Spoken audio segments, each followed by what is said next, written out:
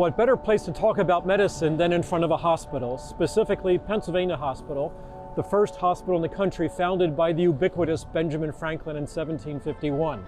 My name is Jim Mundy, and this is The Path of Patriots, a guided tour through the Philadelphia streets where the Union League was founded to defend the ideals of 1776. Pennsylvania Hospital was here during the Civil War, as were 22 other civilian hospitals.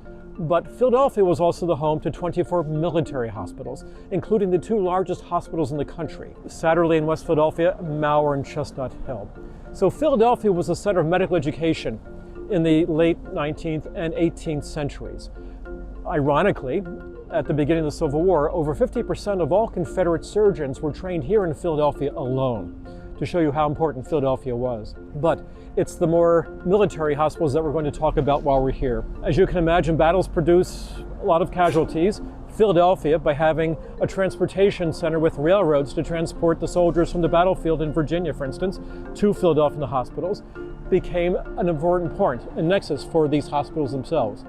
As I mentioned, Satterlee in West Philadelphia opened up in early 1862, 2,500 beds, if you can imagine that many hospital beds, in basically a tent hospital. After the Battle of Gettysburg in July of 1863, the population rose to 6,000 beds in this one hospital. And think of West Philadelphia, 42nd in Baltimore to 45th in Pine, basically Clark Park.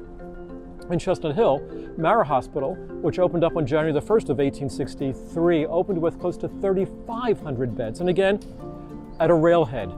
Think of the Winmore train station on the old Reading Railroad, or where the end of the line in Chestnut Hill itself, along Springfield Avenue.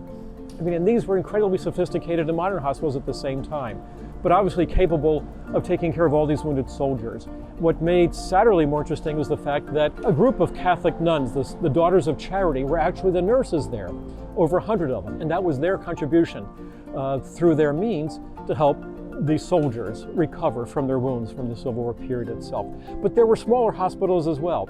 There was the Turner Lane Hospital, 22nd and Oxford Streets in North Philadelphia, maybe 400 beds, but one of the most important hospitals for neurological studies. So Dr. William Williams Keene, an early member of the Union League himself, when he graduated from medical school in the Civil War, became one of the great neurologists in American 19th century medicine and did some of the first brain surgery on soldiers at Turner's Lane.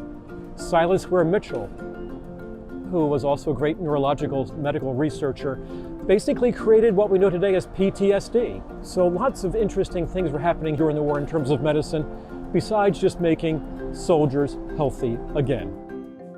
Thank you for walking with us through Lincoln's Philadelphia. To explore more of this history, we invite you to visit the Founding Forward Heritage Center at the Union League at 140 South Broad Street.